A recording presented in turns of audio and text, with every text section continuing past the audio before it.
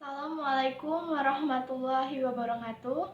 Perkenalkan, nama saya Pipi Ridayanti, NIM 17416261201340.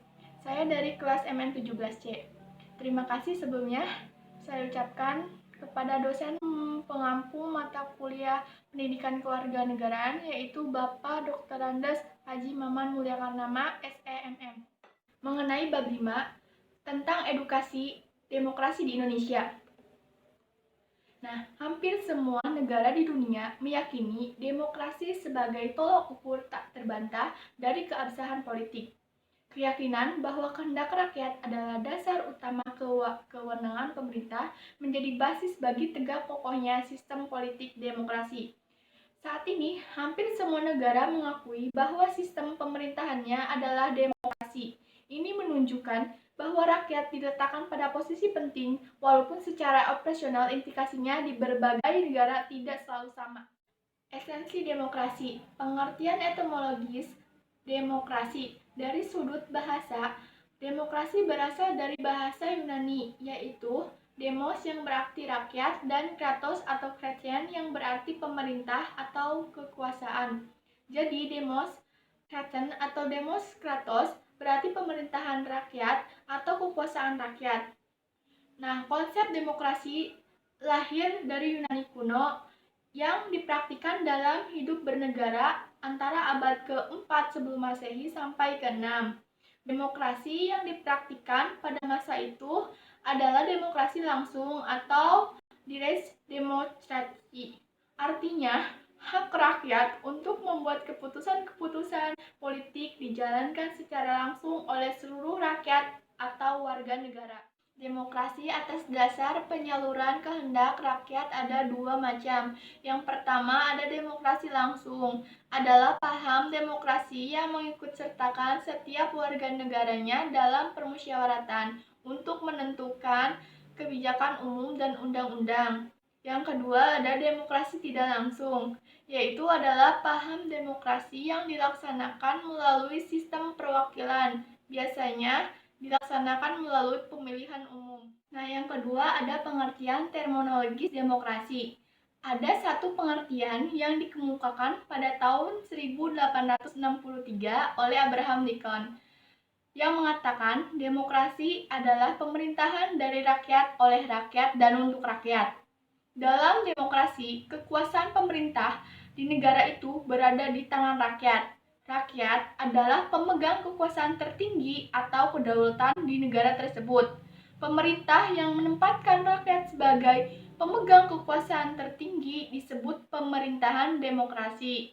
Dapat dinyatakan pula sebagai sistem pemerintahan yang berkedaulatan rakyat. Yang ketiga ada demokrasi sebagai bentuk pemerintahan.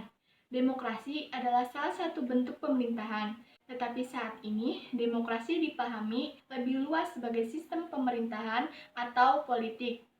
Nah, pembagian bentuk pemerintahan menurut Plato dibedakan menjadi yang pertama ada monarki, yang kedua ada tirani, yang ketiga ada aristokrasi, yang keempat ada oligarki, yang kelima ada demokrasi, dan yang keenam ada mobokrasi atau ahlokrasi.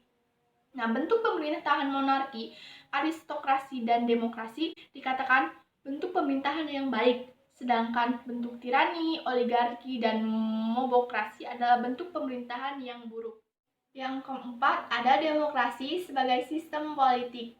Pada masa sekarang, demokrasi dipahami tidak semata suatu bentuk pemerintahan, tetapi sebagai sistem politik yang cakupannya lebih luas dan sekedar bentuk pemerintahan.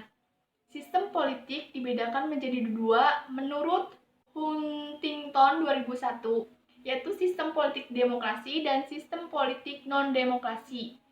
Sistem politik non-demokrasi adalah sistem politik otoriter, totaliter, sistem diktator, rejim militer, rejim satu partai, monarki absolut, dan sistem komunis.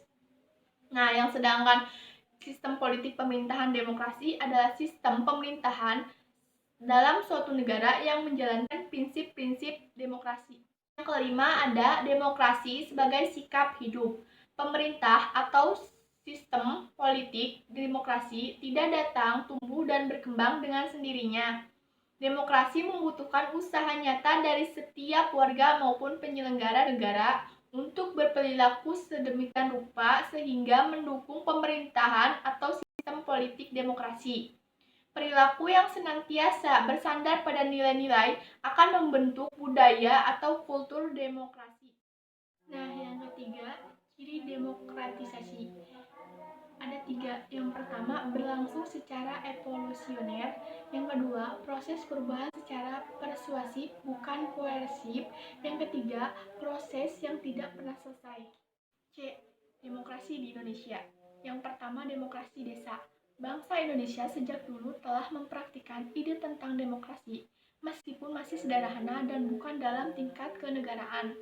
Demokrasi desa tidak bisa dijadikan pola demokrasi untuk Indonesia modern, namun dapat dikembangkan menjadi konsep demokrasi Indonesia yang modern. Yang kedua ada demokrasi Pancasila. Demokrasi yang berkembang di Indonesia adalah demokrasi Pancasila. Pancasila adalah ideologi nasional, yaitu seperangkat nilai yang dianggap baik, sesuai, adil, dan menguntungkan bangsa. Yang ketiga ada perkembangan demokrasi Indonesia. D. Sistem politik demokrasi. Yang pertama adalah landasan sistem politik demokrasi di Indonesia. Sistem politik demokrasi didasarkan pada nilai, prinsip, prosedur, dan kelembagaan yang demokratis. Sistem politik demokrasi mampu menjamin hak kebebasan warga negara, membatasi kekuasaan pemerintah, dan memberikan keadilan. Yang kedua, ada sendi-sendi sistem politik demokrasi di Indonesia. Yang ketiga, mekanisme dalam sistem politik demokrasi Indonesia. 4. Masa depan demokrasi. Masa depan demokrasi bergantung pada persyaratan-persyaratan atau demokrasi perlu syarat hidupnya. Proses demokrasi, terutama pada pemerintahan transisi, dapat berubah menjadi bencana bagi negara-negara, baik transisi dari sistem diktator maupun rejim militer ke arah sistem politik demokrasi. Sekian pemaparan materi dari saya, kurang lebihnya mohon maaf. Wassalamualaikum warahmatullahi wabarakatuh.